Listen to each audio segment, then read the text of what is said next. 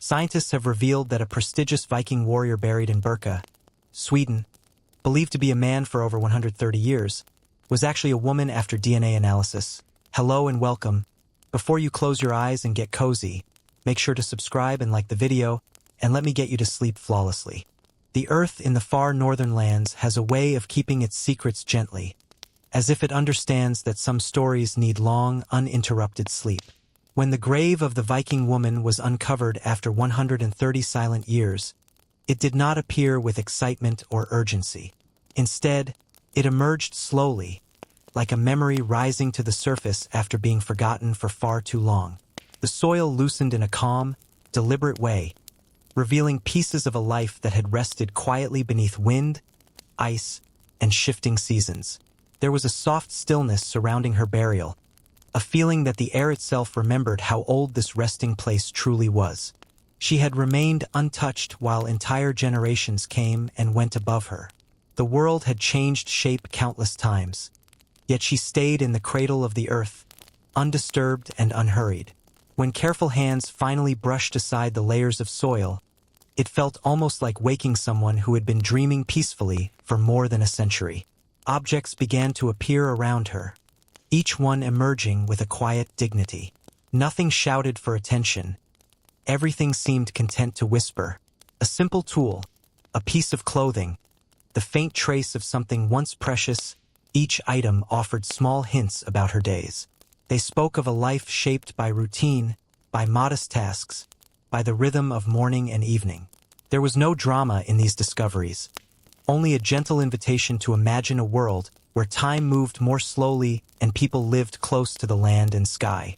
In those first moments of rediscovery, it felt as though time paused to let her story settle into the present. She did not return as a symbol of legend or fierce battles, but as a person who had lived a real life, full of quiet actions and familiar comforts. Her presence reminded us that history is not only built of grand events, but also of ordinary days that continue to echo softly across the centuries. Chapter 2: The Viking Woman Who Slept for 130 Years. For 130 quiet years, the Viking woman remained undisturbed beneath layers of earth, resting in a silence deeper than memory. Her long sleep was not marked by clocks or calendars. Instead, it was carried by the slow rhythm of nature, by winters thick with snow, by summers brief and pale, by countless nights when the wind brushed the ground above her. She lay in a world that moved on without her, yet somehow carried the faint imprint of her presence, as if the land itself remembered she was there. Her burial site was never meant to be forgotten, yet time has a habit of softening even the strongest intentions. People who once knew her name, her voice, and the shape of her daily life faded into history. The mound that protected her grew quiet, then overgrown, then nearly invisible. But hidden beneath, she remained in the same peaceful position, untouched by disturbance, her story settling deeper into the soil with every passing year. When she was uncovered, she seemed less like someone newly discovered and more like someone gently waking from an old, dreamless rest. The stillness around her felt almost sacred, as though she had carried her calm into the present. The objects that lay beside her, simple, practical, unadorned, had slept alongside her. They had not rustled or shifted. They had simply waited. Each item felt like a companion that had promised not to leave her, even as more than a century drifted by. Her long sleep created a sense of softness around her memory. It allowed her to return not as a figure of mystery or myth, but as a person whose life had mattered in small, human ways. Her presence reminded us that even when forgotten, a life does not lose its meaning. It simply waits for the right moment to be noticed again, rising gently from the quiet cradle of time. Chapter 3: Whispers from a long-forgotten burial mound. The burial mound where the Viking woman rested had long blended into the landscape, becoming just another gentle rise among the northern fields. To anyone passing by, it was nothing more than a quiet shape under the sky, softened by grass, moss, and years of drifting snow. Yet beneath that calm surface, the mound held a story that had been whispering patiently through the centuries, waiting for someone to listen. It did not shout its presence. It breathed it, faint and steady, like an old memory trying not to vanish. For decades, travelers walked near it without knowing what lay beneath their feet. Children played around it, unaware that their laughter echoed above a life sealed away in silence. Seasons washed over the mound, burying it deeper under time's gentle weight. But still, the faintest trace of something ancient lingered, an almost intangible feeling that the ground held more than soil and roots. Some landscapes simply carry a quiet echo, and this one did too. When archaeologists finally approached the forgotten mound, they felt that soft echo before they saw anything tangible. The earth seemed to know why they had come. As they began their careful work, the mound offered its secrets slowly, like a person speaking again after many years of silence. Pattern of stones appeared. The shape of the grave outlined itself beneath the shifting soil. The whispers grew clearer, not in sound but in presence. A story beginning to step out of the shadows. It felt as though the burial mound was grateful to be acknowledged again. Nothing about the discovery was dramatic. It was gentle, patient, almost comforting. The mound had protected its occupant faithfully through storms, winters, and forgotten ages. Now, as its layers were lifted away, it released its ancient message with profound calm. It spoke not of glory or battle, but of a human life, once ordinary and now quietly returning, carried forward by Whispers T. Chapter 4: How Time Preserves Its Secrets. Time has a quiet way of protecting what it chooses to keep hidden. It does not shield its secrets with force or urgency, but with patience. Layer upon layer of seasons, soft soil, drifting leaves, and years that pass without anyone noticing. The Viking woman's grave was one of those secrets, held gently by time itself. Nothing about her resting place was preserved through intention or design. Instead, it survived because nature moved slowly, steadily, wrapping her story in silence rather than erasing it. As the decades slipped by, the world above changed countless times. New paths were carved, old ones faded, homes were built and abandoned, and generations lived lives she could never have imagined. Yet through all of it, her burial remained undisturbed. The earth shifted, but not enough to disturb the shape of the grave. Plants grew and died, but their roots wove around her rather than through her. Rain softened the soil, but it settled back each time, forming a protective blanket. It was as if the land decided she should rest exactly where she was. Time's preservation isn't perfect, but it is gentle. The objects placed with her darkened, softened, and aged, yet their meanings survived. A brooch that once glimmered became dull, but its form remained. Wooden pieces grew fragile, yet held their shape long enough to be recognized. Even the faint outline of her presence lingered, not as a clear image, but as a suggestion, an impression left behind by a life that had slowly dissolved into the earth. What time keeps is often what matters most, not in grandness but in quiet humanity. The preserved traces of her life told a story that might have vanished if not for the slow, deliberate work of nature. When she was finally found again, it became clear that time had not erased her. It had protected her.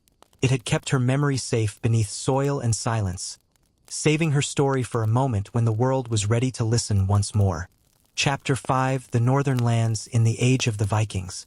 The northern lands where the Viking woman once lived were shaped by long winters, quiet forests, and skies that seemed to stretch endlessly above the world. Life in this landscape moved at a slow and steady rhythm, guided by the changing light of the seasons. In the summer months, the sun lingered in the sky, casting a pale glow that never fully faded. In winter, darkness settled early and stayed long, creating nights that felt almost eternal. The people who lived here knew how to move with these cycles, accepting them as part of the natural order of life. Villages were small and close-knit, built from timber and earth, blending gently into the land rather than rising sharply above it. Smoke drifted softly from hearths, carrying the scent of burning wood across the cold air. The north demanded resilience, but it also encouraged a certain calmness, a steady acceptance of each day as it came. Families worked together, sharing tasks that helped them endure the changing seasons. Tending to animals, preparing meals, weaving cloth, repairing tools, and storing food to last through the long, quiet winters. The landscape itself influenced how people thought and lived. Wide fields, deep fjords, and sheltered forests created a world that was both challenging and comforting. The sound of the sea was a constant companion, especially for those who built the sturdy ships that Vikings are known for. But even these ventures into distant places were grounded in the simple routines of home. The majority of Viking life was not filled with raids or battles, but with the peaceful repetition of everyday work. In this world, stories and songs helped carry people through the darker months. Around the hearth, families and neighbors shared tales shaped by the land, stories of gods who controlled the winds, spirits who lived in the woods, and heroes who traveled far beyond the horizon. These stories connected them not only to each other. Chapter 6: Life Beneath the Cold Scandinavian Sky. Life beneath the vast Scandinavian sky unfolded slowly, shaped by the steady rhythm of nature and the quiet endurance of the people who lived there. The sky itself seemed to watch over everything, broad, pale, and ever-changing, stretching over forests, fjords, and farmlands with a calm that touched each part of daily life. Mornings often arrived with soft light filtering through mist, and evenings faded gently into long stretches of twilight. Nothing in this land happened quickly. Everything moved with the patient pace of the seasons. For the Vikings, the sky was not just a backdrop, but a companion woven into every moment. Under its wide expanse, families tended their animals, gathering them into warm shelters during the cold months and releasing them to graze when the fields thawed. The air carried familiar scents: smoke from hearth fires, the earth after rain, the salt from distant shores. Even the wind had its own presence, sometimes sharp and cold, sometimes soft enough to rustle the grass without disturbing the quiet. Children played close to the longhouses, their laughter rising and fading calmly in the open air. Women worked beside them, weaving, mending, or preparing the day's food with hands practiced by years of repetition. Men tended the fields or repaired tools, pausing when the weather changed, as everyone learned to listen to the signs the sky offered. The northern environment demanded respect, and the people who lived beneath it grew accustomed to its moods. Harsh storms, gentle rains, and rare moments of bright, golden warmth. During winter, the sky lowered itself into long nights, stretching darkness across the land like a blanket. Yet even in those months, life continued quietly. Families gathered near the hearth, sharing stories and tending to tasks that could be done indoors. The outside world slept beneath snow, but inside the longhouses, the rhythm of life carried on steadily, warmed by fire. Chapter 7: The Rhythm of Viking Villages. The rhythm of a Viking village was gentle, steady, and deeply connected to the land that surrounded it. Life did not rush forward. It moved in calm cycles, shaped by the seasons and the needs of the community. Each day began quietly, often before the sun had fully risen, with the soft sounds of people stirring inside their longhouses. The crackle of a rekindled fire, the murmur of early voices, and the faint clatter of tools signaled the start of another ordinary day, one much like the day before and the day that would follow. Villages were small, often only a cluster of longhouses arranged around open spaces where work was shared. People stepped into the morning air with a calm familiarity, greeting the cool breeze and the scent of earth. There was comfort in the predictability of these moments. Tasks were rarely new or surprising. They were repeated carefully, season after season, forming the quiet heartbeat of community life. Women prepared food, tended fires, and cared for children. Men made repairs, worked the fields, and ensured that animals were fed and sheltered. Each responsibility flowed into the next without urgency. The sounds of a village were soft, almost soothing. The rhythmic scrape of tools against wood, the dull thud of grain being ground, the gentle lowing of cattle.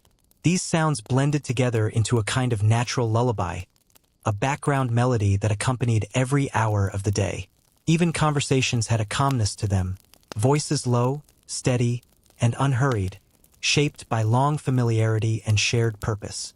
As the sun moved overhead, the village continued in this slow, dependable rhythm. People paused when they needed to, working in harmony with the weather, stopping when the rain grew heavy or when the winds became too sharp. And as evening approached, the village quieted even more. Fires glowed softly behind wooden walls, shadows lengthened, and families gathered close, ending their day with the Sam. Footsteps from forgotten fjords drift softly through the quiet northern air, as if the land itself still remembers the gentle passage of those who once walked its winding edges. These fjords, carved patiently by ancient ice, held more than water. They held the slow rhythm of everyday Viking life. Each step along their shores belonged not to warriors of legend, but to people moving through simple routines. Fishermen checking their nets, women gathering driftwood, children wandering with curious eyes.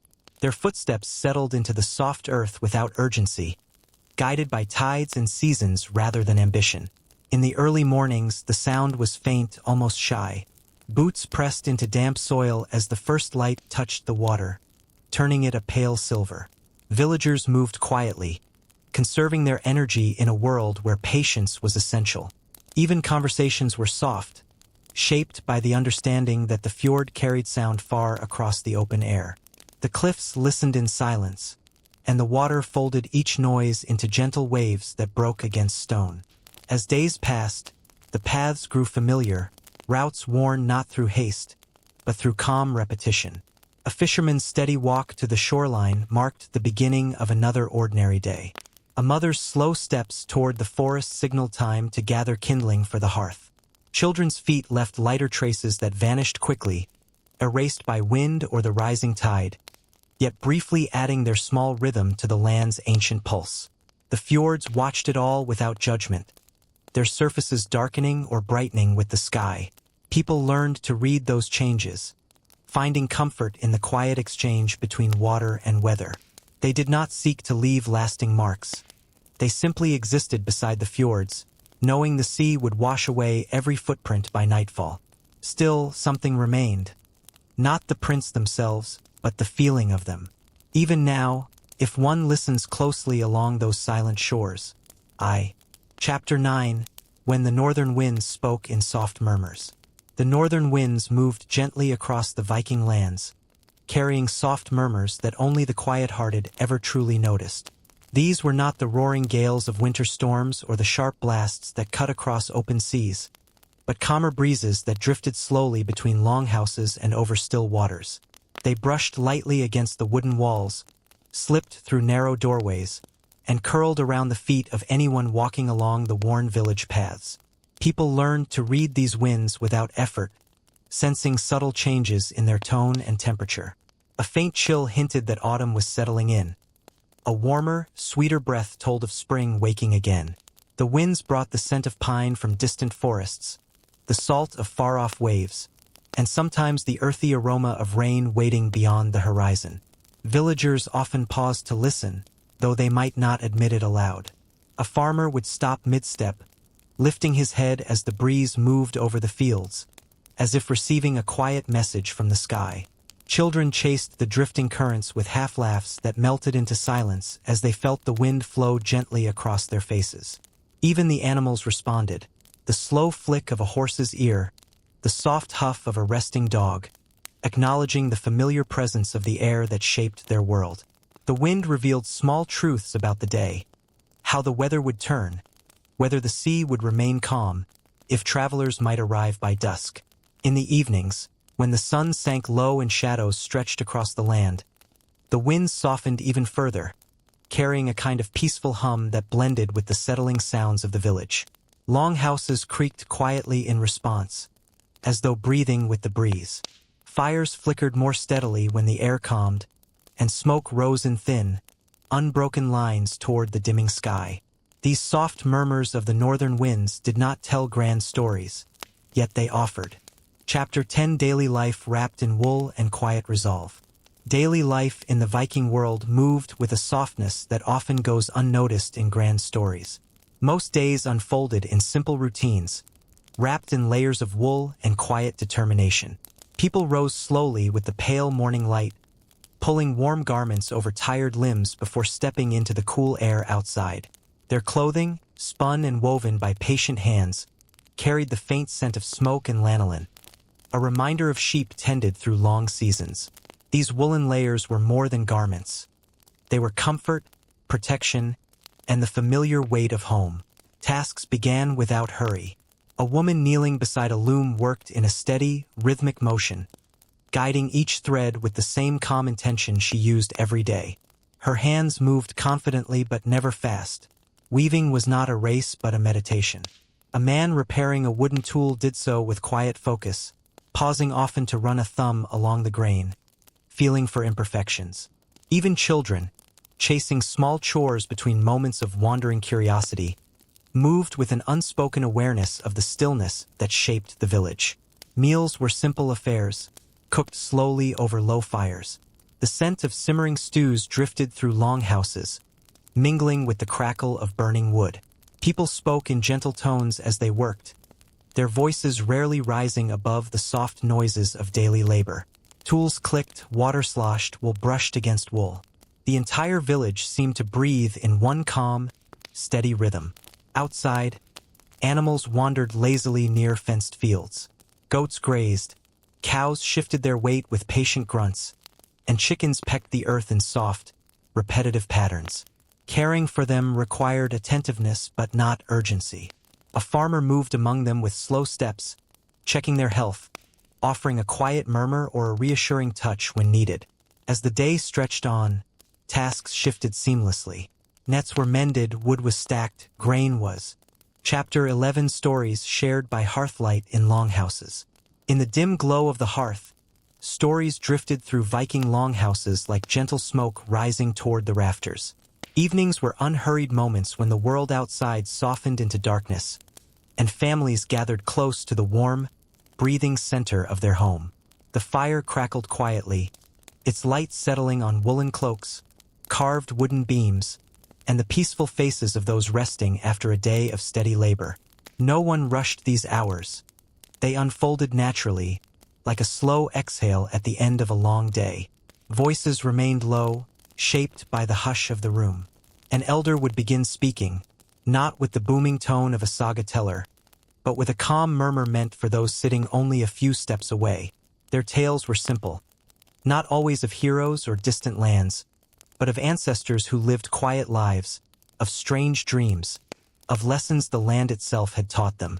Words flowed like warm mead, smooth and steady, easing the mind into a softer place. Children nestled close to their parents, eyelids growing heavy as they listened. The firelight flickered across their faces, turning the stories into gentle visions. Adults sat with relaxed shoulders, their hands busy with small tasks, mending a strap, smoothing a piece of wood, spinning a final thread, while their attention drifted comfortably between the work and the storyteller's voice. Sometimes the stories carried memories of long-ago winters or soft recollections of summers spent near the fjords. Other times they wandered into quiet bits of wisdom. How to read the wind, how to soothe a restless animal, how to find peace in the long stretch of a dark season. These were not tales meant to excite the heart but to calm it, reminding everyone that life, even in its hardship, could move gently. The fire hummed in response, sending small sparks upward like tiny stars. Shadows swayed across the longhouse walls, creating a slow, rhythmic dance that soothed Tage. Chapter 12 The Slow Drift of Seasons Across Viking Fields. Seasons drifted across Viking fields with a quiet grace, changing the land not in sudden bursts but in long, gentle breaths. Each shift arrived softly, like a hand brushing over the earth, guiding the people into new rhythms without hurry. Spring crept in first with pale light and damp soil, awakening small green shoots that pushed through the thawing ground. Villagers walked the fields slowly, examining each sign of life with calm hope, their boots sinking slightly into the softened earth. The air smelled faintly of wet grass and melting snow, a promise of warmer days carried on mild breezes. Summer followed in no rush, bringing longer sunlight that settled comfortably over the crops. Barley and rye swayed in slow, golden waves as the wind passed through them. Farmers moved unhurriedly between the rows, checking growth with hands that had learned patience from the land itself. Children wandered along the edges of the fields, gathering flowers or chasing insects in the warm stillness. Even the animals seemed to understand the season's gentle tempo, grazing lazily beneath the wide sky. Autumn arrived with cooling air and a soft rustle of leaves turning color. The fields shifted from vibrant green to muted golds and browns, as though the earth were preparing for sleep. Harvesting was steady work, done deliberately so nothing was wasted. The people moved through the fields with baskets and calm determination, gathering grain, pulling root vegetables, and stacking bundles with a rhythm that felt almost meditative. The sky grew deeper each evening, and villagers walked home through crisp air carrying the quiet satisfaction of a day well spent. Then winter settled over the land like a heavy blanket, muffling every sound. Snow covered the fields, smoothing them into wide, silent expanses. Footsteps made soft crunches that quickly faded into the stillness. No crops grew, no leaves stirred. The land rested compel. Chapter 13: Voices of Traders Who Followed Silent Sea Roads. The traders of the Viking world traveled along sea roads that were quieter than any bustling marketplace, their journeys guided by calm tides and long stretches of open water. These were not swift or urgent voyages, but steady drifts across gentle waves, where time softened into something slow and unmeasured. As their boats glided over mirrored surfaces, the only sounds were the soft dip of oars, the low murmur of conversations carried on the wind, and the faint creak of wooden hulls shifting with the sea's patient rhythm. Traders spoke in voices shaped by distance and weather, quiet, steady, and thoughtful. Their words often blended with the sounds around them, becoming part of the ocean's soft breathing. They shared small stories rather than grand boasts. A village where wool was woven in patterns they had never seen, a farmstead where the honey tasted sweeter than expected, a distant harbor where the mountains framed the sunrise in calm splendor. These stories drifted between them like gentle currents, giving shape to places far beyond the horizon. When they reached new shores, they stepped onto land with unhurried movements, taking in the unfamiliar scents and textures. Markets were simple gatherings, filled not with shouts or frantic exchanges, but with quiet negotiations and mutual respect. A trader might run a hand over a carved bowl, feel the grain of the wood, and nod thoughtfully. Another might lift a piece of cloth, appreciating its softness before offering a modest trade. Their voices never rose above the steady hum of daily life. Commerce was a slow conversation, not a competition. Evenings brought a peaceful settling of the world.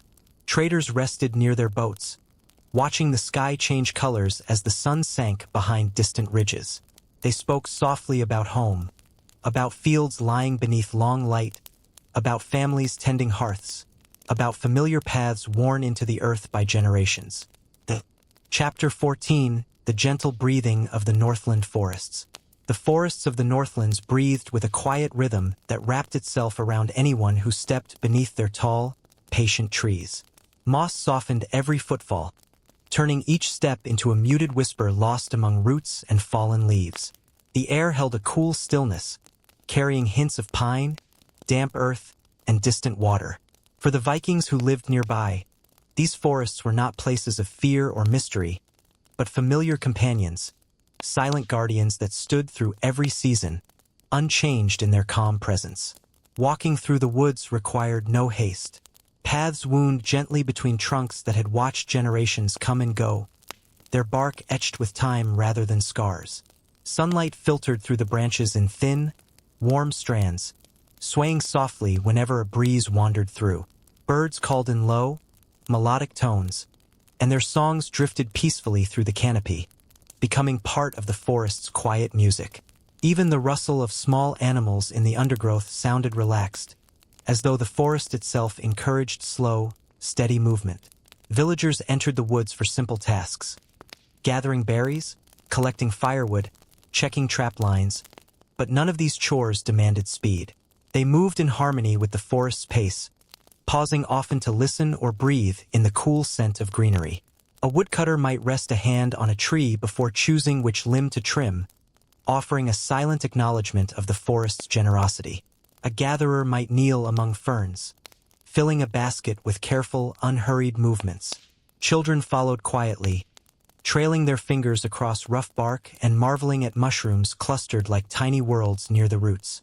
In winter, the forest exhaled a deeper stillness. Snow settled across branches in soft layers, muffling every sound until even the crunch of footsteps felt gentle. Trees stood in serene silence, their outlines softened by frost. The world seemed.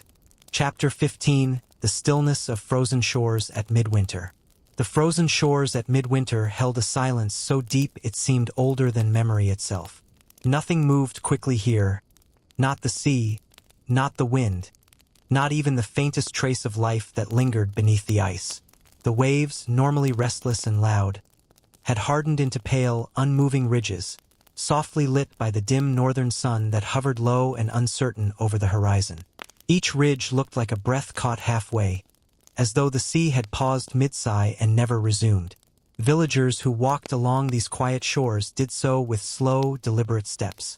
The snow at the water's edge compressed under their boots with a muted sound, more felt than heard. Frost clung to their wool garments, settling into fibers like tiny shards of forgotten stars. They rarely spoke. Words felt too heavy for such a still landscape. Instead, they observed the endless white stretching outward, its silence thick enough to soften even the sharpest thought. Longboats, pulled far above the tide line for the season, rested like sleeping giants. Their hulls, once lively with the rhythm of waves, now held only the hush of settled cold. Snow gathered in their curves, forming quiet shapes that softened the fierce lines of their craftsmanship. To pass them was to sense both the power they once carried and the peace they now shared with the land around them. Icicles hung along the rocky outcrops, growing inch by careful inch, reflecting faint light in dull glimmers. Sometimes a distant crack would echo, ice shifting beneath its own weight. But even these sounds felt unhurried, part of the shore's slow breathing. Seabirds had long retreated inland, leaving behind empty skies where only the wind wandered in thin, wandering threads. Yet in this deep stillness, there was a strange comfort. Midwinter offered a rare pause, a moment where the world allowed itself to rest without demand or urgency. The frozen shore became a place of quiet reflecti. Chapter 17: The Uneventful Journeys Across Misty Rivers. The rivers of the north were never in a hurry, and those who crossed them learned to move with the same unhurried patience. Morning after morning, a pale mist drifted low across the water, folding itself around boats and banks until everything became softened. Edges blurred, sounds muted, distances gentled into vague shapes. Vikings who set out at such hours felt as though they were drifting between worlds, suspended in a quiet neither day nor night, the river guiding them with a slow, steady breath. Most river crossings held no excitement, no grand tales of danger or triumph. Instead, they were marked by the soothing rhythm of oars dipping into water, the low creak of wood swelling in the damp, and the calm murmur of travelers speaking only when necessary. The mist swallowed their words almost instantly, letting only fragments return, as if encouraging silence. It was a place where even loud voices instinctively softened, becoming gentle as the river itself. These journeys served simple purposes: visiting nearby settlements, checking traps along the banks, carrying goods wrapped carefully in cloth. Yet there was something almost sacred in their simplicity.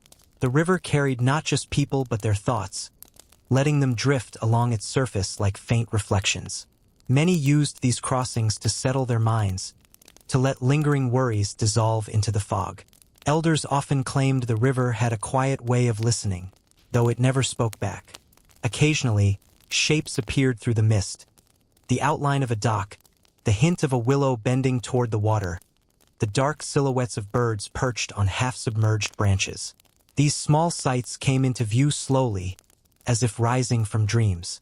Travelers accepted them without surprise, knowing the river revealed things only when it chose to.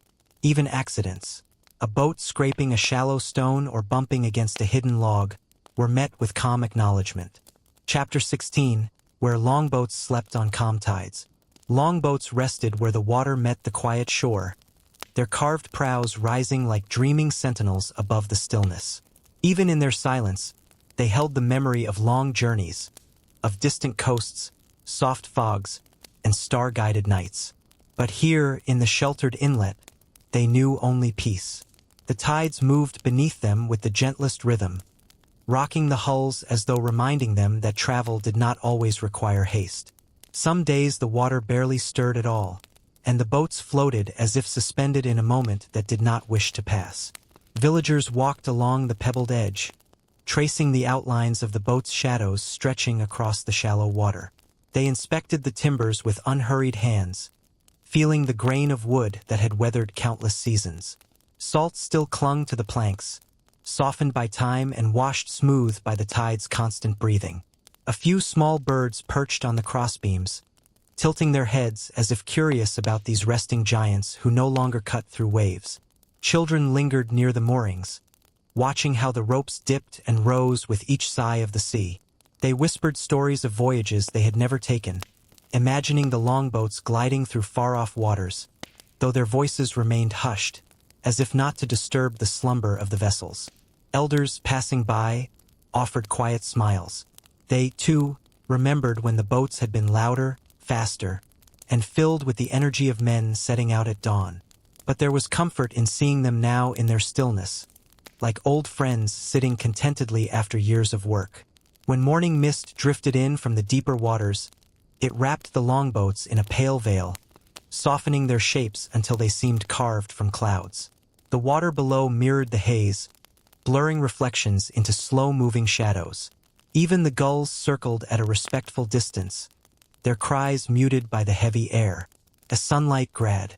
Chapter 18, Weaving Threads of Fate in Peaceful Corners. In the quieter corners of Viking life, far from the noise of tides and the weight of long journeys, the act of weaving unfolded with a slow and steady certainty.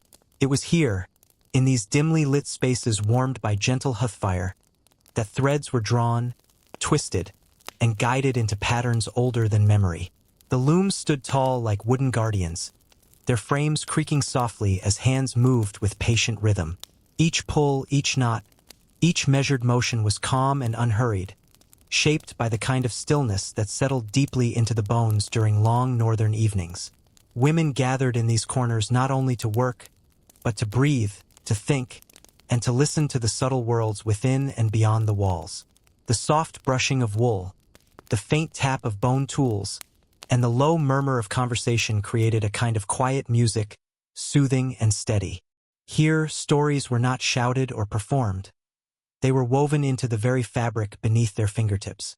Every thread carried a whisper, every pattern a memory, and every finished cloth a fragment of the fate they shaped with their own hands. The wool itself held the scent of fields and sheepfolds, still touched by winter's breath but warming slowly in the glow of the hearth. As fingers worked the fiber, its softness changed, smoothing into fine strands that caught the firelight in muted glimmers. Some garments were meant for everyday use, simple and practical. Others were woven with greater care, intended for journeys, for rituals, or for the quiet pride of gifting something made with hours of peaceful labor.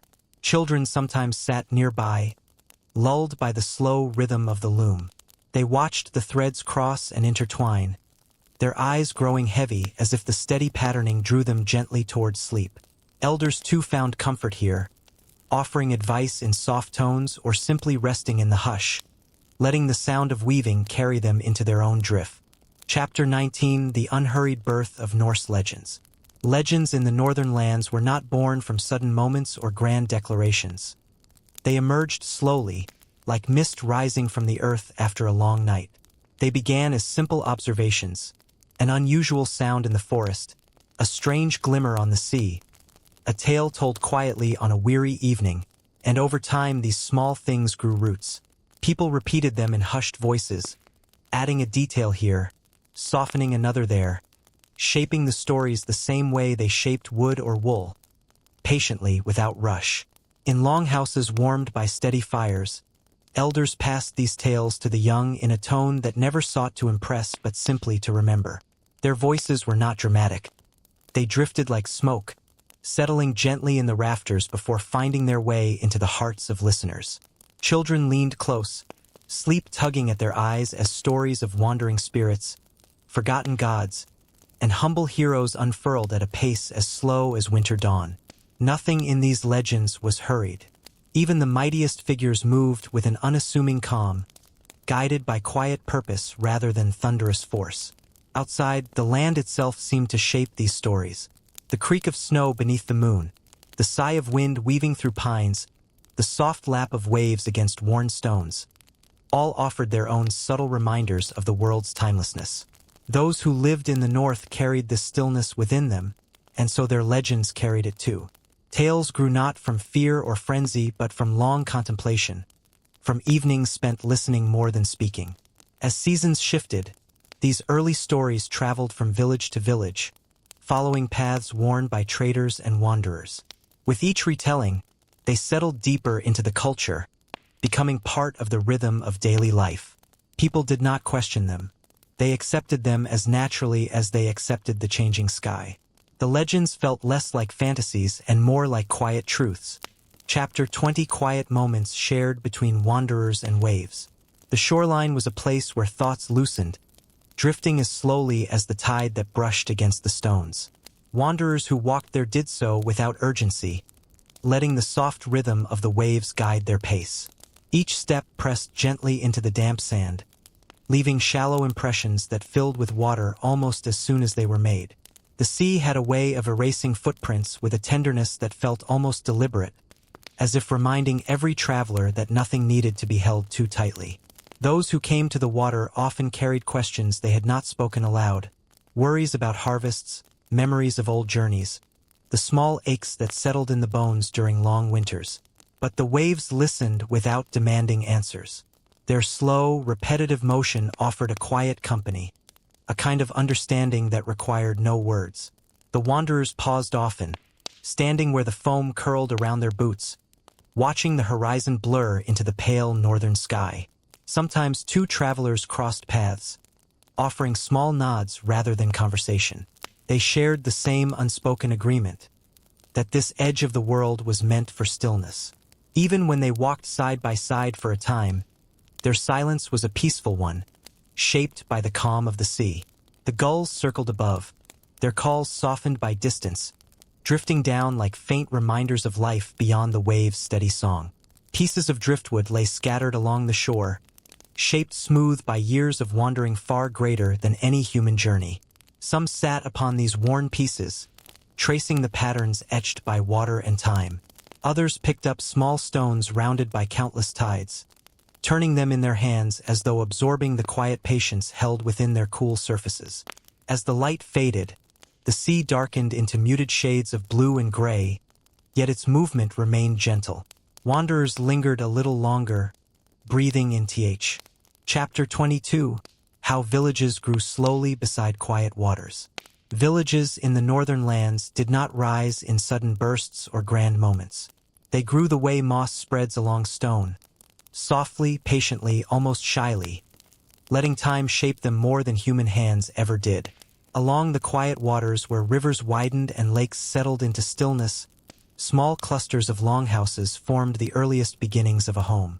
One dwelling at first, built from timber cut in steady strokes.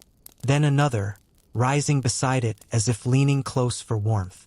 And then a third, added only when the seasons permitted it and the people felt the ground was truly ready. The waters themselves guided the village's slow formation. They offered fish during summer, ice during winter, and a calm, reflective presence all year round. Families learned to read the rhythms of these waters, watching the slightest changes in color, in current, in the way the reeds shifted with the breeze. The villagers placed their homes near enough to hear the gentle lap of waves at night, yet far enough to stay safe when the river swelled with spring melt. The balance was delicate, but it was known instinctively, passed down quietly through generations. Children played near the shoreline, their laughter softened by the damp air. They skipped stones, traced shapes in the wet sand, and collected bits of driftwood polished smooth by the slow passing of seasons. Elders watched from doorways, offering no instructions unless truly needed. They understood that the river itself taught the children much: patience, caution, and the art of listening to things that rarely spoke aloud. As the years rolled by, paths formed between the longhouses, not carved intentionally but formed simply from the footsteps of people moving gently through their days. These paths twisted naturally around trees, rocks, and patches of wildflowers, respecting the land rather than overriding it. A small farming patch might appear beside a home one year. Chapter 21: The Subtle Wisdom of Viking Elders. Their wisdom lived in quiet places, behind thoughtful pauses, in the slow shaping of words, in glances exchanged over shared tasks rather than in any grand speeches. The elders of the village carried the seasons within them, each wrinkle a gentle reminder of winters survived, summers welcomed, and years that had passed in their own steady rhythm. They did not hurry to teach. They simply existed in a way that invited learning. Children often gathered near them, drawn not by excitement but by the calm presence they offered. The elders spoke softly, voices worn smooth like river stones, telling stories that drifted more than unfolded. Their tales wandered across memories of harvests long forgotten, storms weathered without bitterness, journeys taken not for glory but for necessity. These stories were rarely about heroes or battles. They were about the slow patience of daily life, the resilience found in small, steady acts.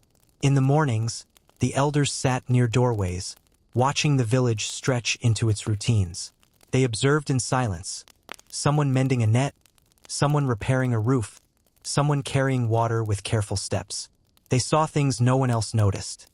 How a young person hesitated before asking for help, how the wind hinted at a change in weather, how the field seemed ready for planting before the soil itself declared it. Their knowledge was not loud or demanding.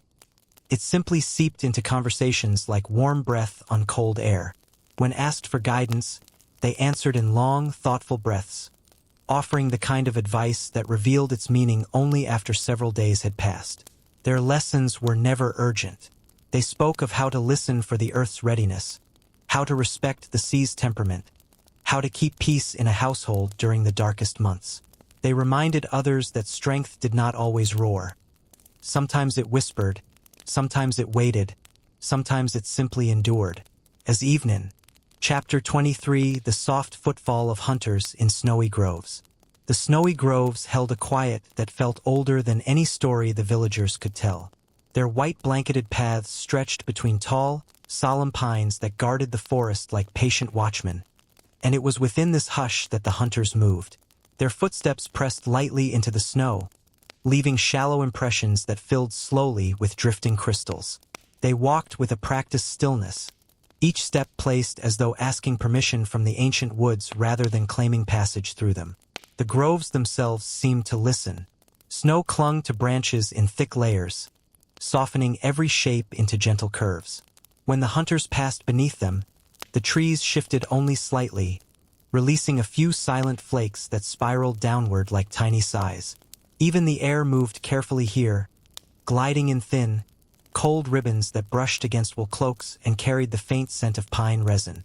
The hunters breathed it in slowly, allowing the crispness to settle within their chests. Their senses sharpened not through tension, but through a deep and steady calm.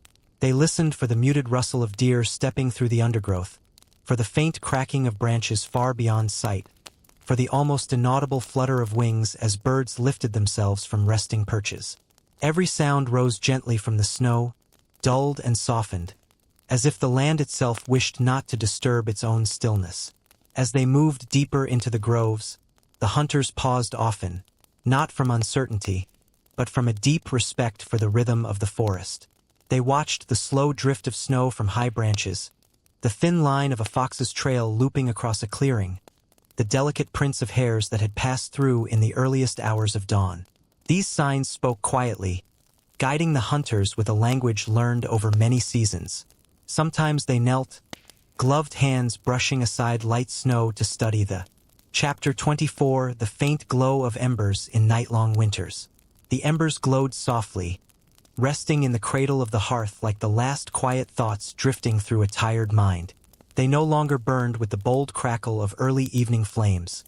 Instead, they pulsed in gentle breaths, shrinking and expanding as though dreaming their way through the long northern night. Around them, the longhouse fell into a heavy stillness. The walls, darkened by years of smoke, seemed to lean in with familiarity, holding the warmth close so it would not slip away into the cold beyond the timber planks. Families moved slowly in this dim glow. Some sat with blankets wrapped loosely over their shoulders, wool thick with the scent of the day's work. Others reclined on simple furs, turning now and then to stir the embers with a stick so thin it made barely a whisper of sound. Each movement was deliberate, unhurried, as though matching their pace to the slow rhythm of the fire itself. Voices, when they rose, came as murmurs, soft, drifting sentences that faded before they fully settled in the air. Outside, winter pressed against the walls with its steady, icy breath. Snow shifted quietly, brushing against the longhouse in soft sighs that barely registered above the muted crackle of the embers. The wind wandered between the buildings, weaving gentle currents that rattled loose thatch in a slow, irregular beat. Inside, no one hurried to sleep. They lingered in this shared half-light, knowing that the embers offered something more than warmth, something older, more reassuring. Children watched the glow with heavy eyelids, seeing shapes in the shifting reds and oranges. Mountains, animals, distant stars reflected in still water. Elders sat nearest to the fading heat, their silhouettes steady, as if guarding both fire and memory. They, too, understood the language of embers, a quiet invitation to reflect on the day that had passed, and a promise that warmth, however small, survives even. Chapter 25: The Silent Patience of Norse Craftsmanship. In the quiet corners of the village, where the sound of the wind softened against stacked timber and worn stone, the slow art of Norse craftsmanship lived and breathed in steady, unhurried rhythms. There was no haste in these places, only the gentle persistence of hands that understood the value of time. Each tool, each beam, each carving began as something humble, raw wood, plain metal, untouched fiber, yet slowly transformed under the calm guidance of those who labored with quiet focus. Craftsmen sat near open doorways or beneath the soft shadow of longhouse eaves, letting natural light fall across their work. They moved with practiced certainty, their motions shaped by years of repetition. A carver traced the grain of a sturdy plank, listening to the soft whisper of the blade as it peeled away thin, curling shavings. A blacksmith lifted glowing metal from the forge, its heat casting a faint golden hue across his expressionless face. Between each strike of the hammer, he paused not out of fatigue, but out of respect for the metal's slow surrender to its new form. Nearby, women spun wool into thread, their spindles turning with the quiet rhythm of breath. The fibers slipped through their fingers like drifting clouds, gathering into a consistent softness that would one day become warm tunics, thick blankets, or woven tapestries thick with story. They spoke little, allowing the gentle hum of their work to fill the space. The wool itself seemed to settle under their touch, as if soothed by the unbroken calm. Even the simplest objects reflected this patient devotion. A wooden bowl bore smooth curves, each shaped by deliberate hands. A knife handle carried grooves designed to match the grip of the one who would use it. A shield's rim, reinforced with iron, showed the faint marks of many steady strikes. Nothing was rushed, nothing was forced. Craftsmanship, like the seasons, moved steadily forward, carried by the, long after the voices had faded, carried away on the same wind that stirs the birch leaves. The stones remained. They were not the great runestones, those proud slabs raised for kings and warriors, etched with tales of danger and glory meant to shout across the centuries. No, these were different. These were the quiet stones. The stones that held memories not of the saga, but of the day. The small, unremarkable companions to a life lived in one place, season after turning season. Think of the smooth, water-worn stone by the side of the stream, the one with the flat, almost perfect surface. It was not placed there by chance. A hand placed it there. Perhaps it was the hand of a father, showing his son the best spot for fishing. He would have lifted it from the cold water, feeling its weight, its solidity, and set it on the bank where the grass was soft. Here, he might have said, or perhaps said nothing at all. And from that day on, that stone was the fishing stone. It was the seat to settle on while waiting for the silvery flicker beneath the surface. Over years, over generations, the moss would have begun to claim its edges, a soft green velvet growing slowly up its sides. The seat would have become polished by the rough weave of woolen trousers, by the gentle friction of simply being there, in use, in quiet contemplation. The stone held the memory of patience. It held the memory of the dappled light on water, of the smell of wet earth and fresh catch, of the long, silent afternoons where the only sound was the chuckling stream and the distant call of a bird. It held the memory of a skill passed down without fanfare, of a simple pleasure, of a full creel carried back to the longhouse at dusk. Or consider the odd, angular boulder, left by a glacier 1,000 lifetimes before, that stood sentinel where the path from the longhouse bent towards the forest. Every person in the settlement passed it. Every day. The hunter with his bow, the child chasing a dog, the Woma. Chapter 27. When children learned from the soft-spoken earth. Forget, for a moment, the loud lessons of the sword song. Before the sagas were spoken by the fire, there was a quieter teacher.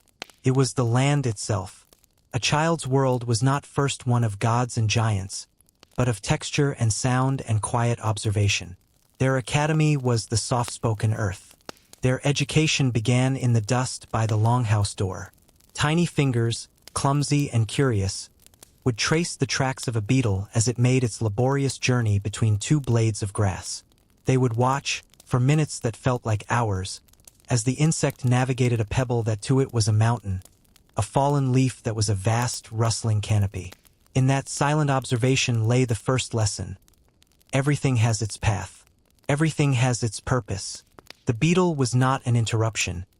It was an inhabitant, a small citizen of the same world. They learned from the mud. The rich, dark, cool mud at the edge of the stream where the water ran slow. They would sink their hands into it, feeling its gritty slip, its cold grasp.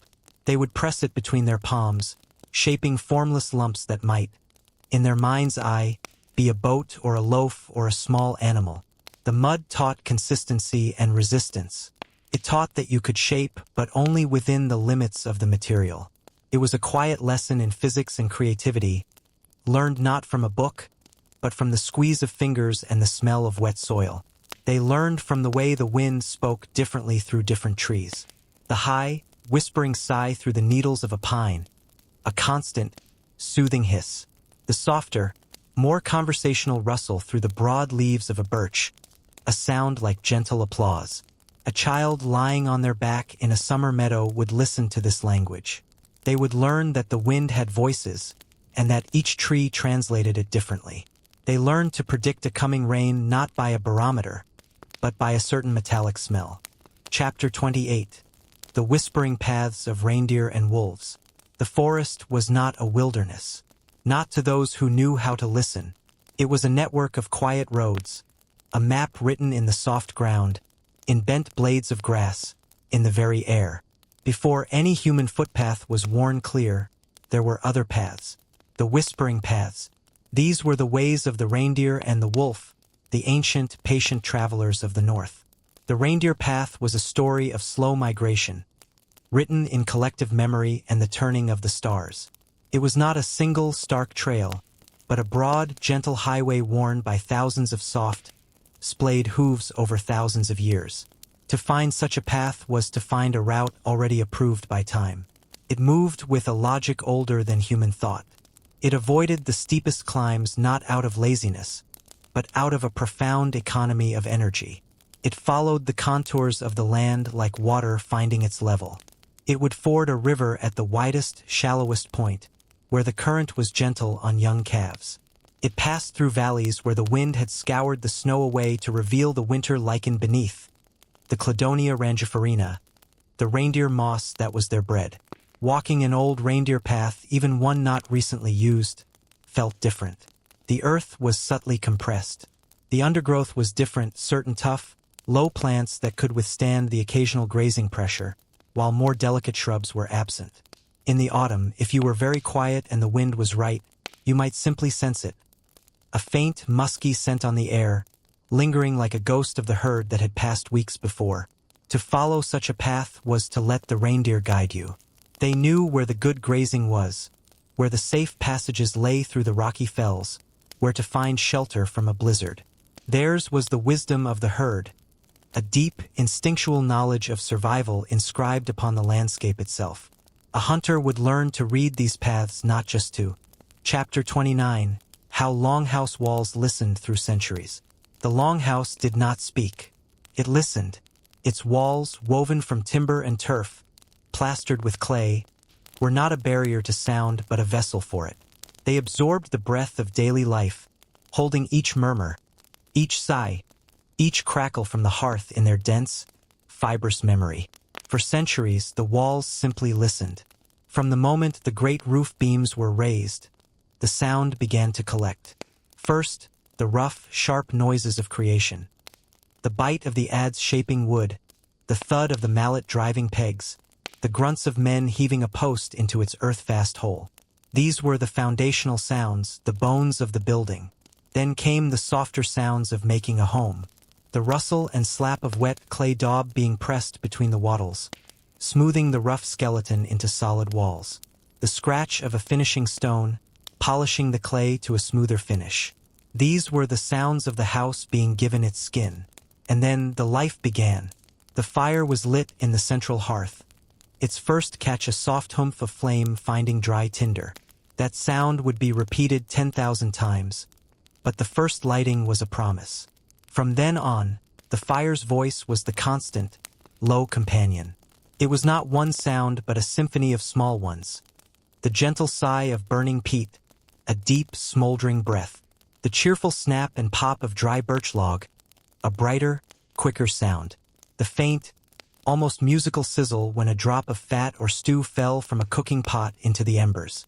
The fire spoke of warmth, of cooking, of light pushing back the immense dark of a Nordic winter night.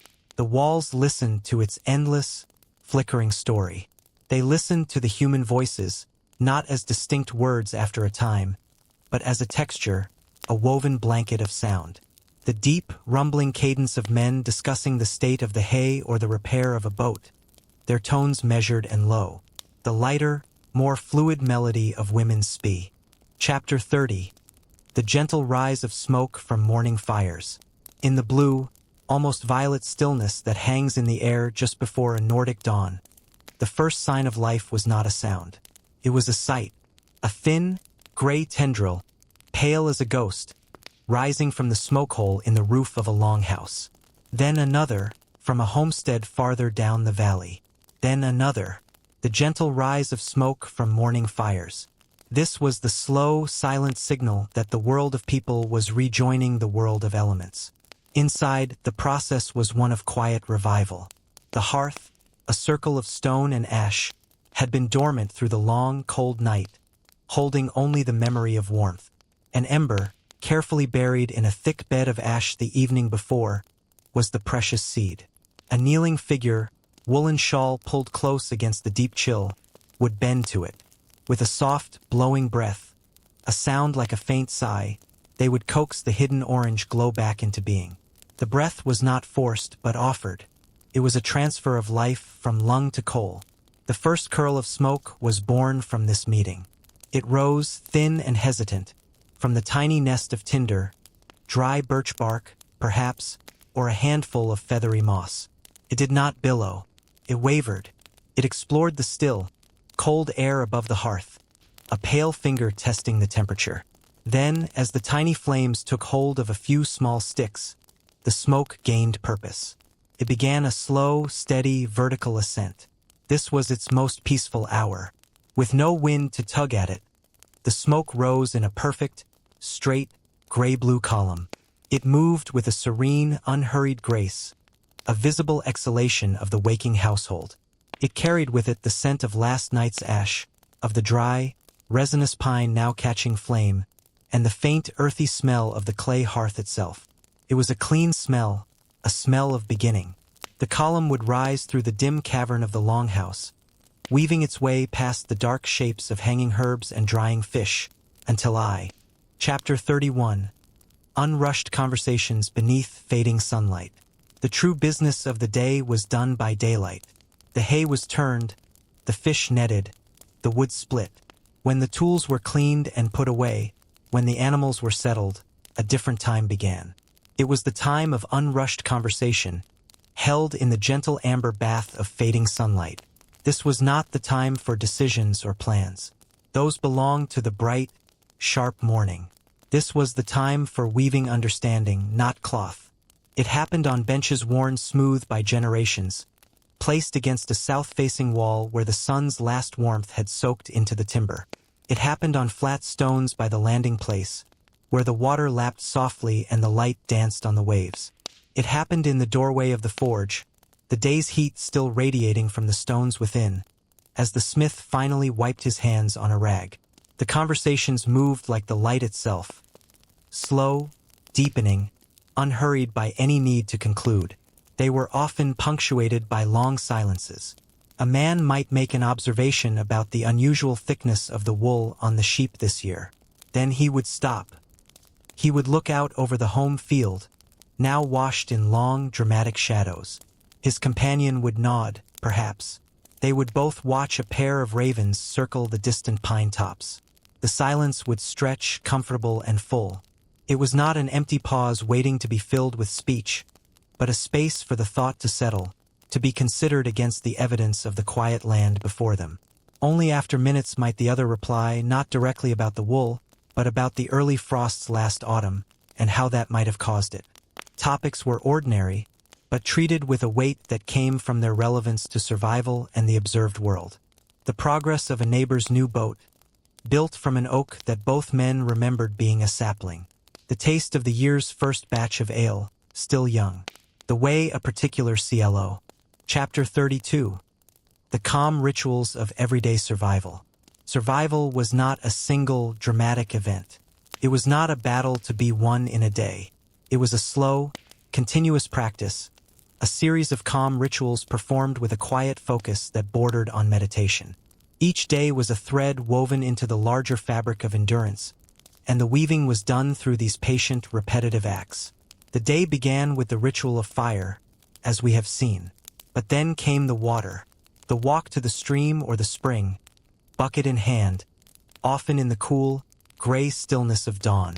This was not a chore of complaint, but one of necessity met with steady rhythm. The path was worn smooth. The spot where one knelt on the flat stone was polished by generations of knees. The cold shock of the water as the bucket first broke the surface was a small, daily baptism. The careful balance of the full bucket on the return journey, a practice compensation for its swing. This ritual connected the household to its water source, a daily acknowledgement of dependence on the clear, cold generosity of the land. Then the grain. The grinding of flour with the cornstone was the heartbeat of the morning. The lower stone, steady and immovable. The upper stone, turned by hand in a slow, endless circle. The crush slide sound of grain being reduced to a coarse, wholesome powder. There was no hurry possible. The pace was set by the stone and the strength of the arm. It was a time for the mind to wander, or to focus on the simple, tactile feedback of the work. The hands learned the exact pressure needed. The ears learned the sound of the grind becoming fine enough. It was a ritual of transformation, turning the hard, golden kernels stored from last harvest into the potential for the day's bread. It was the first alchemy of survival. Food preparation was a series of such rituals. The slicing of onions, their skins papery and thin, the knife moving with a practiced, safe rhythm on a worn wooden board. Chapter 33. The wandering thoughts of a Viking farmer. His hands worked. They had their own memory, their own intelligence. They gripped the smooth, worn haft of the sickle, the fingers finding their familiar grooves without a conscious thought from him. The blade whispered through the stalks of barley with a soft, dry sigh, a sound like a steady breath. His back bent and straightened in the ancient, patient rhythm of the harvest. But his mind was free to wander. It wandered first to the feel of things. The sun on the back of his neck, a warm, heavy pressure. The slight, gritty dust that settled on his skin, mingling with sweat. The satisfying heft of a sheaf when he gathered and bound it with a twist of straw. This was the knowledge of the body, deep and wordless. His thoughts were not in language here, but in sensation. They were the thoughts of muscle and sinew, reporting their condition. A slight ache in the shoulder, a reminder of yesterday's work. The pleasant burn of effort in the legs. This was the ongoing conversation between a man and his own physical form, a quiet monitoring as dependable as the heartbeat. Then his thoughts drifted to the field itself. Not as a possession, but as a living entity with a history. His eyes, scanning the golden expanse, did not see just grain. They saw the story of the year. That patch there, where the stalks were thinner, that was where the spring meltwater had pooled a little too long, chilling the seeds. He remembered the worry of that wet week, his daily visits to see if the young shoots would yellow. They had persevered. Over near the stone wall, the barley grew tall and thick. That was where he had spread the richer manure from the byre last autumn. The memory of that labor, the heavy baskets, the sharp, pungent smell, was now redeemed in this lushness. The field was a calendar, each unevenness a chapter in the quiet drama of the seasons. His mind traveled to the weather as it always did. The sky was a high. Chapter 34. The peaceful rhythm of spinning wheels and looms. In the longhouse, beneath the sigh of the fire and the murmur of conversation, there existed another sound, more constant than either. It was not one sound, but a pair of them, woven together into the very background of life. The peaceful rhythm of spinning wheels and looms. The spinning wheels song was the quieter of the two, a soft, continuous purr. It was a cyclical sound born of a perfect, simple motion. The foot on the treadle, rising and falling with a gentle metronomic pressure. Squeak creak, squeak creak. A wooden whisper. This movement turned the great wheel, which in turn, through a loop of cord, spun the spindle. The spinner's hands were the artists in this mechanical dance. One hand fed the cloud of carded wool. The fibers drawn from a distaff tucked under an arm or stood nearby like a slender, fleecy tree. The other hand, poised and sensitive, managed the draft, the amount of wool being pulled into the twisting thread. The rhythm was everything. The foot maintained the beat.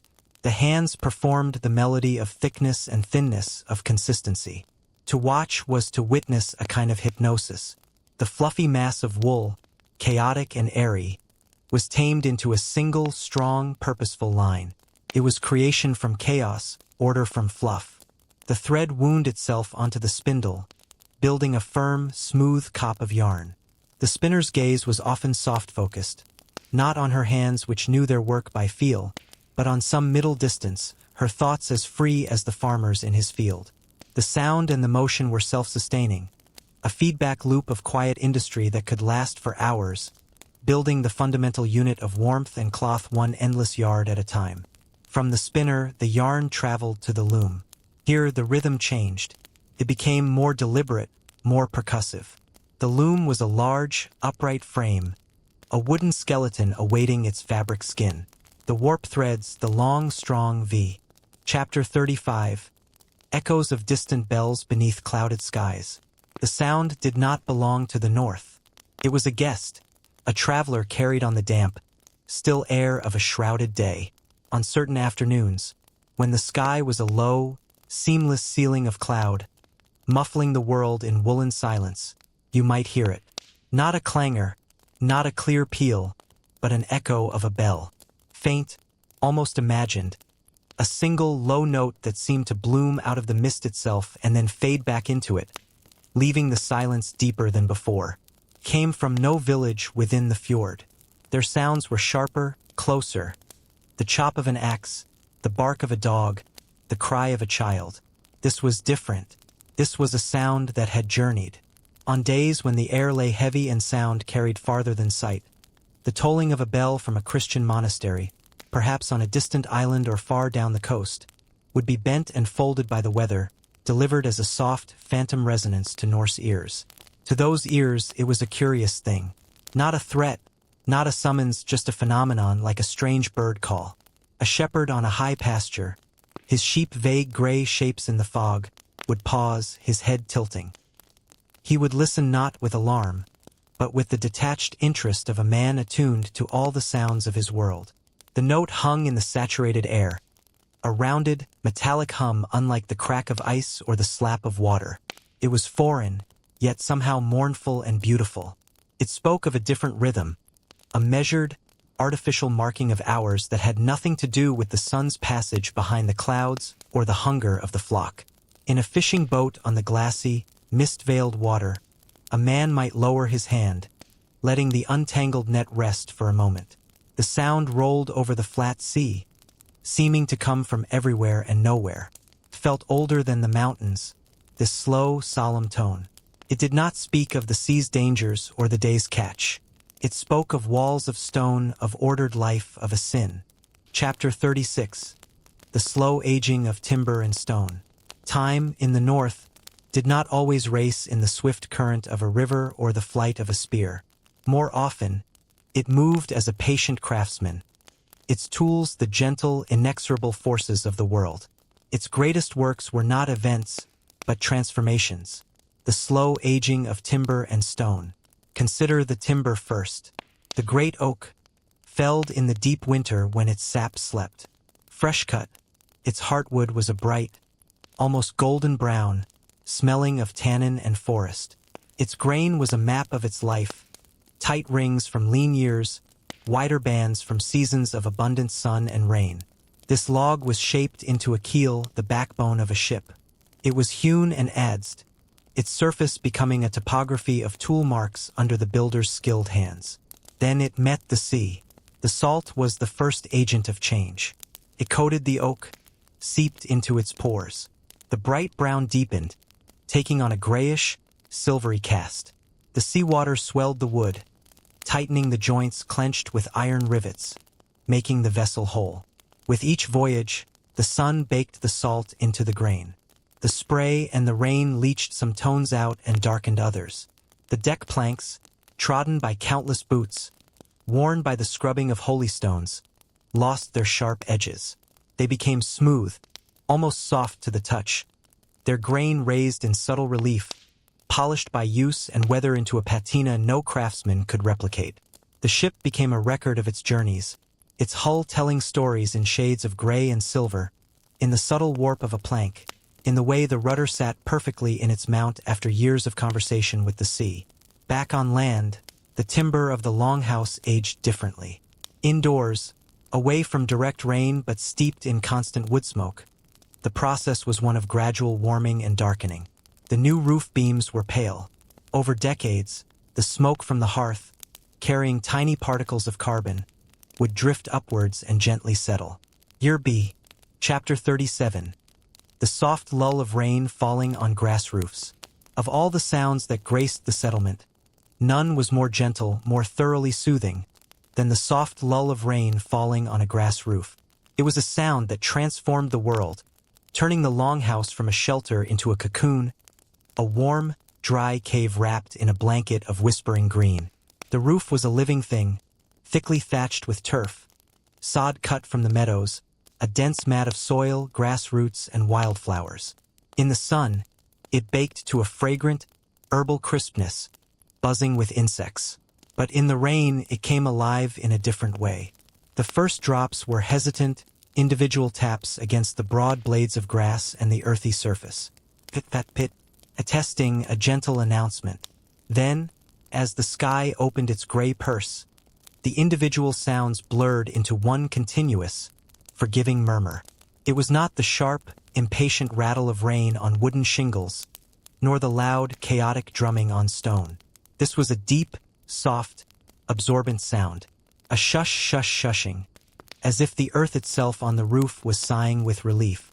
The thick turf drank the water greedily, and the sound was muted, dampened, softened at its source. It was the acoustics of absorption, a noise that felt thick and close, wrapping the house in a sphere of tranquil sound. Inside, the effect was profound. The world beyond the walls ceased to exist. The light that filtered through the smoke hole grew dim and diffuse, a cool, gray twilight that filled the space. The fire in the hearth became the center of the universe, its flames seeming brighter, its warmth more precious against the damp chill trying to press in from outside. Its crackle was the counterpoint to the rain's whisper, a bright, dry sound against the pervasive, gentle, wet one. This was the time for quiet, close-quarters work. Tasks that required little light and less movement. The mending of nets, the whittling of a spoon, the sorting of dried herbs. Conversation. Chapter 38. Unbroken silence before the first snowfalls. There was a particular silence that arrived in the late autumn. A silence so deep and complete it felt like a held breath. It was the unbroken silence before the first snowfalls. The frantic preparations were done. The last of the root vegetables were stored in their pits, layered with dry straw. The final loads of hay, smelling sweetly of summer sun, were packed tightly into the loft. The woodpile stood high and neat against the side of the longhouse, a fortress wall of split logs. The boats were pulled above the high water mark and covered with tarpaulins. Everything that could be secured had been, and then the work stopped, not out of laziness, but because there was nothing left to do but wait. The world itself seemed to pause. The migratory birds, the noisy geese, the chattering swallows were gone. Their absence left a void in the soundscape, a hollow space in the sky. The insects had fallen silent, their buzzing song extinguished by the frosts. Even the wind, so often a voice in the pines, would often die down to nothing in these pregnant days. The air grew cold, a dry, sharp cold that carried sound poorly. It was a clarifying cold, making distant sights seem nearer, yet muffling the nearby ones. A voice did not travel as far. The thud of an axe from a neighboring farm, which might usually be a sharp report, became a soft, dampened thump, as if heard through a thick wool blanket. The sounds of one's own homestead became isolated, intimate. In this silence, a person heard their own existence more clearly. The crunch of their own boots on the frost-stiffened grass was loud, private. The creak of leather, the rustle of a woolen cloak, the soft thwump of a pail being set down, these were the dominant sounds. It was a time for listening inward, and for listening to the land's subtle, final exhalation before its long sleep. One walked the boundaries not to work, but to witness, to see the field now stubble. Chapter 39. Ancient pathways pressed into the earth. Before the first cart, before the first marked trail, there were the pathways. Not built, but born. Worn not by design, but by desire and the slow, undeniable logic of the land itself. These were the ancient pathways pressed into the earth, the subconscious maps of a community, the choices of 1,000 footsteps distilled into a single, gentle groove. They were often faint, these paths, a subtle paleness in the grass, a line where the heather grew a little less thickly. From a distance, they might be invisible, but underfoot they felt different. The earth was firmer, more compact. It gave less. A century of feet, 2 centuries, walking the same way for the same reasons, had pressed the soil into a memory of passage. They followed the wisdom of least resistance, but also of beauty and utility. A path from the cluster of longhouses down to the best landing place on the fjord did not take the shortest line if that line meant a scramble over sharp rocks. It would curve gracefully around an outcrop, finding the smooth, sloping ramp of bedrock worn slick by glaciers. It knew where to ford a stream at its widest, shallowest point, where the stones on the bed were flat and steady. It was a path that kept feet dry and progress steady. Other paths led to the hidden places, the secret, sun-drenched clearing in the forest where the finest blueberries grew, the overhang by the creek where the watercress was always tender and green, the high, windy bluff that offered the first sight of returning fishing boats. These were not roads to anywhere important to a trader or a king. They were roads to sustenance, to small joys, to vantage points for the heart. They were pressed into the earth by the light, repetitive feet of children sent to gather, of lovers seeking a moment alone, of old ones walking to sit and remember. Some paths were seasonal, a faint trace through the meadow that was only used in high summer to reach the Fa. Chapter 40. The long peace between storms at sea. The sea was not always a theater of fury.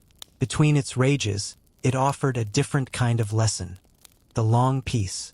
This was not the flat calm of a sheltered cove, but the deep, resonant calm of the open water after a storm has passed, and before the next has gathered its will. It was a peace earned, and therefore profound. The change came gradually. The wind, which had screamed in the rigging and whipped the sea into a boiling chaos, would begin to sigh. Its note would lower from a shriek to a moan, then to a whisper. Then it would cease altogether, as if the world had run out of breath. The ship, which had been a creature braced for battle, wrestling every wave, would give a great groaning shudder of relief. Its timbers would settle. The rigging would slacken, then hang in soft, loose curves, and the sea itself would transform. The frantic, jagged whitecaps would subside. The great, rolling mountains of water did not vanish, but they lost their sharp, breaking crests. They became immense, smooth hills of glassy green, moving with a slow, majestic heave. They were no longer attacking. They were breathing. The ship would ride up the long, sloping shoulder of a swell, pause for a moment at the crest where the world was all sky, then slide with a soft, hissing sigh down into the deep valley, only to be lifted again by the next immense, gentle pulse.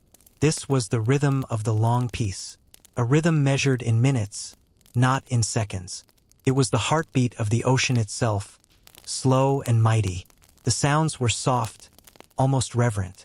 The shush of the hull parting the water, the gentle creak and talk of the ship's joints, easing after their ordeal, the occasional soft slap of a wavelet against the strakes, the cry of a lone seabird, heard from a staggering distance in the clear, washed air. The light after a storm was particular. It had a rinsed, crystalline quality. The sky might be a tender, fragile blue, or piled H. Chapter 42. The warm simplicity of shared bread and mead. At the day's gentle end, when tools were stilled and the twilight gathered its deep blue cloak, the simplest of rituals held the greatest warmth. It was not a feast for boasting, nor a celebration of deeds. It was the warm simplicity of shared bread and mead. This was the quiet heart of fellowship, the daily sacrament of the hearth. The bread was seldom white, seldom fine. It was the color of the earth itself, a deep, nutty brown, flecked with the bran of the grain. It was dense, a solid weight in the hand, baked in the embers of the hearth or in the clay oven outside. Its crust was tough, chewy, a testament to survival. To tear a loaf required both hands, a firm, twisting pull that yielded with a soft, tearing sound, releasing a cloud of steam that smelled of heat and grain and the faint, sour tang of the leaven that had raised it. This was not mere food. It was substance. It was the field transformed by fire, the work of the cornerstone and the baker's patience made edible. The mead was its perfect companion, not the fierce, clear spirit of later ages, but a simpler brew. Honey, water, and thyme. It was poured from an earthenware jug into wooden cups or drinking horns. It was the color of pale amber or deep gold, holding within it the essence of 100,000 summer flowers visited by bees. Its sweetness was not cloying, but rounded, earthy, tempered by fermentation. It was served cool from the storage pit, not cold, a gentle chill that soothed the throat. It did not intoxicate quickly, but warmed from the inside out, a slow, spreading radiance that softened the edges of the day's fatigue. The sharing was the essence. The torn loaf was passed hand to hand around the fire. Each person would take a piece, their fingers briefly brushing another's. There was no ceremony, just a quiet, practical distribution. The mead jug would make its circuit, each person pouring for their neighbor before themselves. Chapter 41. The dreamlike drift of northern fog. It arrived not as weather, but as a presence. A softening of the world's edges in the late evening, or a pale, silent invasion in the pre-dawn dark. The northern fog. It did not fall from the sky. It rose. It seeped from the cool skin of the fjord, uncurled from damp forests, breathed from the moist, mossy earth of the meadows. It was the landscape dreaming, exhaling its essence into the air until sight and substance blurred into a gentle, luminous mystery. Sound was the first thing to change. In the fog, sound lost its direction. A dog's bark, which on a clear day would pinpoint a farmstead, became a disembodied echo, seeming to come from everywhere and nowhere. The blow of a distant whale, the clank of a cowbell from the home pasture. These sounds floated free in the white void, unmoored from their sources. They were ghosts of noise. The world felt both intimate, closed in around you, and profoundly vast, because the blankness suggested anything, or nothing, might lie beyond arm's reach. Within this dreamscape, familiar places became unknown, and the unknown felt strangely familiar. The path to the spring, walked 1,000 times, became a journey of faith. You knew it by the feel of the ground underfoot, the slight incline here, the route you always stepped over there. Vision, the dominant sense, was rendered useless, and so the body remembered older ways of knowing. The hand reached out to brush the bark of a guiding pine. The ear listened for the faint, chuckling whisper of the stream that ran parallel to the path. You navigated by memory and touch, a blind person in your own home territory. For those on the water, it was a time of profound stillness and latent peril. The longboat became the entire universe.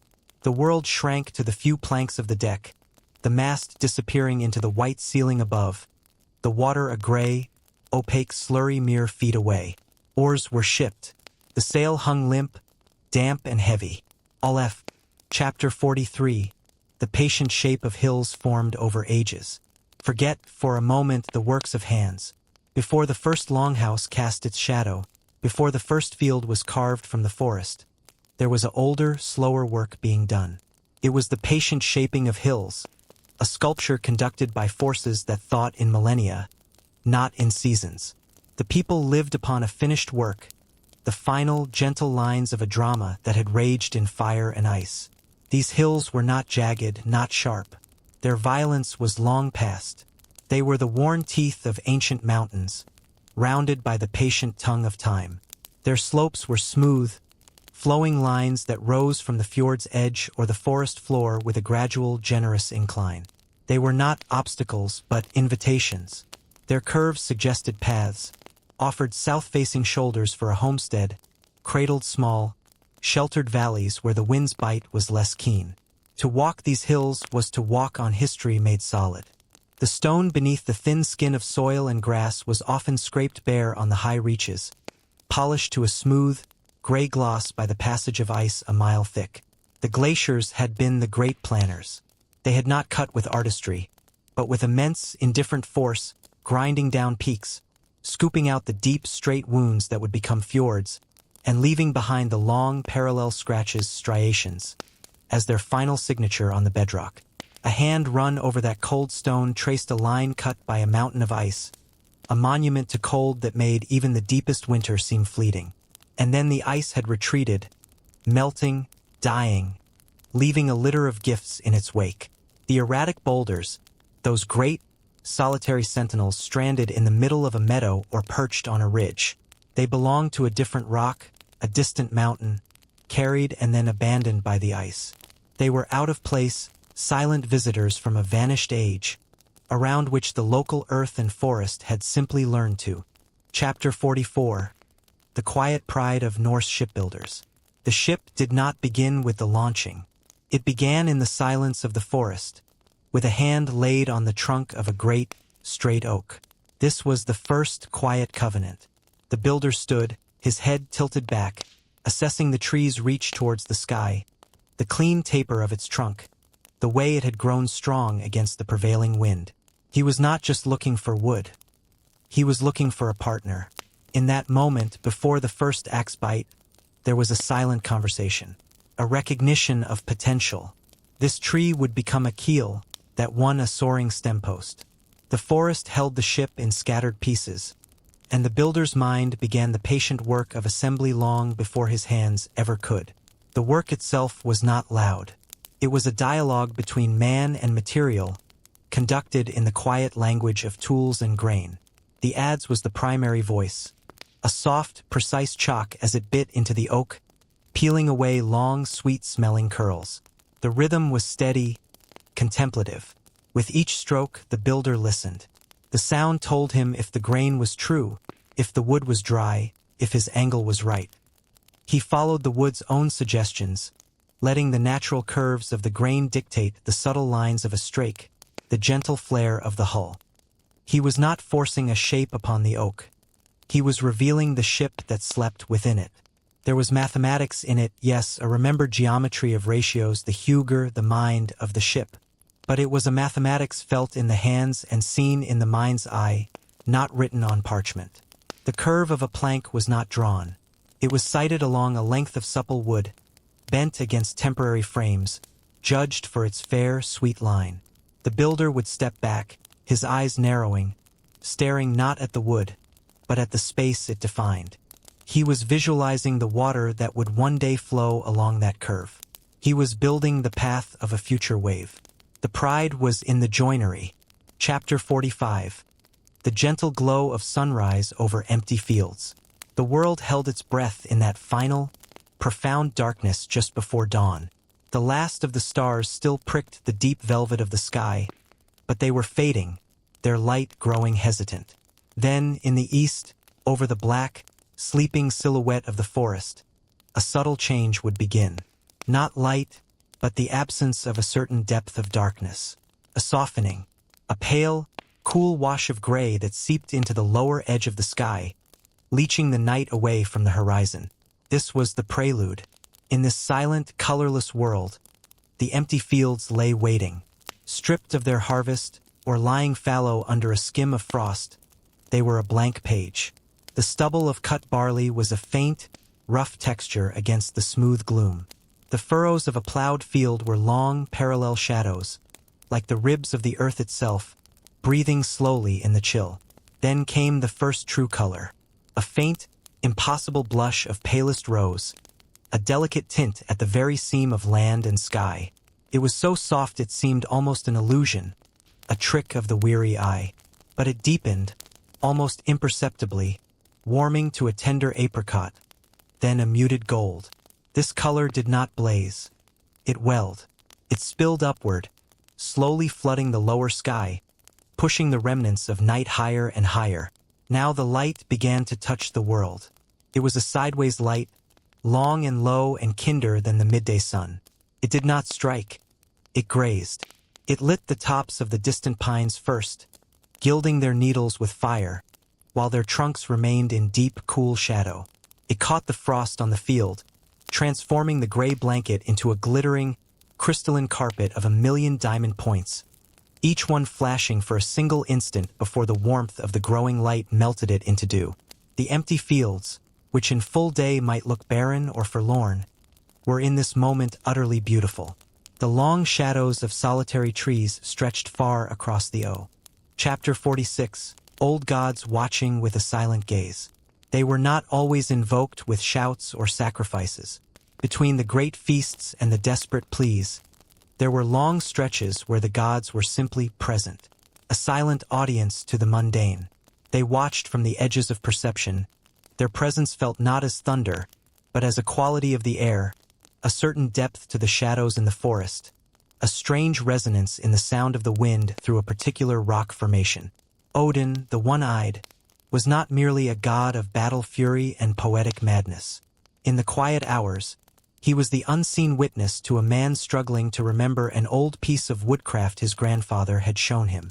That flash of recall, that sudden, clear image of the old man's hands, was that just memory, or was it a whisper from Har, the High One, from where he sat in his silent watchtower? Odin's single I saw the child tracing runes in the dust by the doorstep, a frowning, instinctive mimicry of power. The god of hidden knowledge watched the unspoken knowledge pass from hand to hand at a loom, the pattern remembered in the muscles. Thor's presence was not only in the crashing thunderclap. It was in the solid, reassuring weight of the hammer amulet at a man's throat as he surveyed his roof beams after a winter storm, finding them intact. It was in the clean, rain-washed smell after a summer downpour that had watered the fields but broken no trees. He was the latent strength in the well-worn handle of an axe, the protector of the boundaries whose power was felt most keenly in their unbroken peace. One might glance at the household hammer, hung by the door, and feel not the need to call upon it, but a simple gratitude for its quiet, protective vigil. Fry and Freya, the bringers of peace and prosperity, were not distant monarchs of plenty. They were in the tangible, quiet fertility of the earth itself. Fry was the unseen force in the stubborn green push of the first barley shoots. Chapter 47. The Slow Unfolding of Generations. Time, in a place of long winters and deep roots, was not measured in years, but in the turning of generations. It was a slow, patient rhythm, as gradual as the settling of a hill or the widening of a tree's girth. The story was not of individuals, but of a line. A continuous, breathing thread woven through the loom of the longhouse, its pattern visible only when one stepped back to see the whole cloth. It began with a name, not always a famous one, but a name that held. Egil, Astrid, Bjorn. A child would be given the name of a grandparent or a great-aunt, a name pulled from the pool of memory that was the family's true wealth. In that act, the past was invited forward. The elder, hearing their own name called in a young, clear voice, would feel a complex pang. A diminishment of their own unique presence, yes, but also a profound expansion. They were no longer just themselves. They were becoming an ancestor. A part of them would continue in the cadence of daily life, in the summons to supper, in the stories told about the name's previous bearer. The teaching was the transfer of this thread. It happened not in lessons, but in shared space and silent mimicry. A grandfather, his hands gnarled and knotted like old roots, would sit by the fire, shaping a piece of you into a bough. A small boy would sit at his feet, not asked to help, just watching. For days, he would watch the slow, careful strokes of the knife, the testing of the bend, the patient rubbing with oil. He would say nothing. The grandfather might say nothing. Then, one afternoon, a piece of scrap wood and a small, blunt knife would appear beside the boy. No instruction given. He would begin to scrape.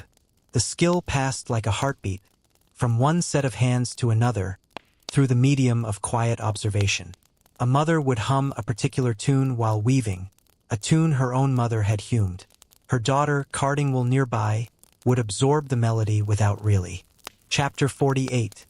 The Forgotten Corners of Viking Homesteads. Beyond the sweep of the home field, past the neat stack of firewood and the well-trodden path to the barn, lay the forgotten corners.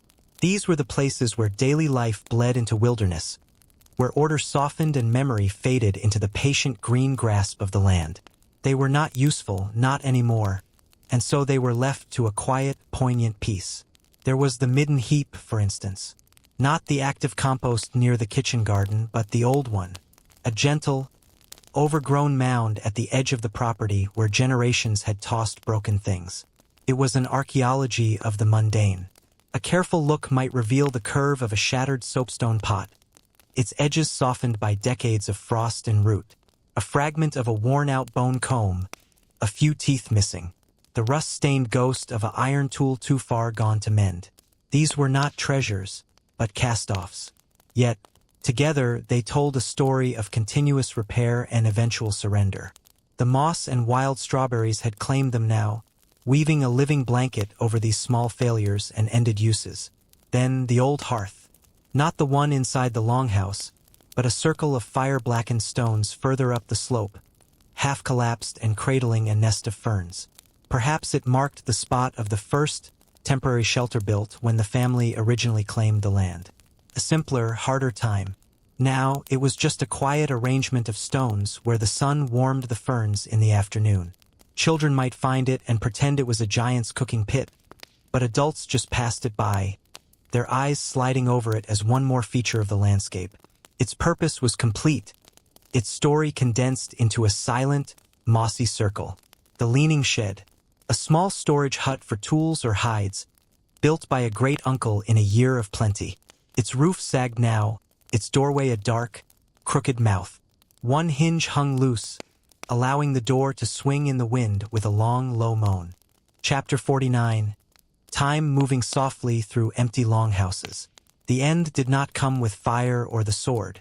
Often it came with a decision, quiet and practical. A better plot of land was found. The family line simply dwindled. A new style of house was preferred. One season, they packed what they could use, loaded a cart, and walked away. They took the tools, the chests, the prized loom. They took the dogs and the best of the livestock. They shut the door, perhaps sliding the wooden bar into place out of habit, and did not look back. Then the longhouse was left with its echoes and its bones. At first, the silence was stark. It was the absence of familiar sound, the missing crackle of the hearth, the lack of murmuring voices, the stillness where the rhythmic thump of the loom should have been. The space felt too large, a cavern waiting to be filled. Dust, no longer stirred by daily life, began to settle. It sifted down from the smoke-blackened roof beams, coating the packed earthen floor in a soft, gray film. It gathered in the hollows left by missing chests and bed frames. Then time arrived, not as a thief but as a gentle tenant. It moved softly with infinite patience. Its first agent was the draft. A tiny gap where the daub had shrunk from a window frame. A space under the door where the threshold had worn. The wind, which had once roared impotently outside, now found a voice within. It was a low, tuneless hum, a whisper that wandered through the empty space, stirring the dust into lazy spirals. It tested the joints of the timber, finding a new note in an old creak. Light changed its relationship with the house. No longer filtered through the smoke of a fire or the breath of living beings, it became clinical, clear. In the summer, shafts of sunlight pierced the smoke hole, brilliant columns illuminating galaxies of floating dust. They would travel slowly across the floor, marking the passage of hours no one observed, until they climbed the opposite wall and vanish. Chapter 50. The final rest of those who return to the earth. The saga does not end with a blade lifted high, or a ship vanishing into a fiery sunset. It finds its quietus in the grass, in the gentle fold of a hill, in the patient embrace of the soil from which everything once sprang.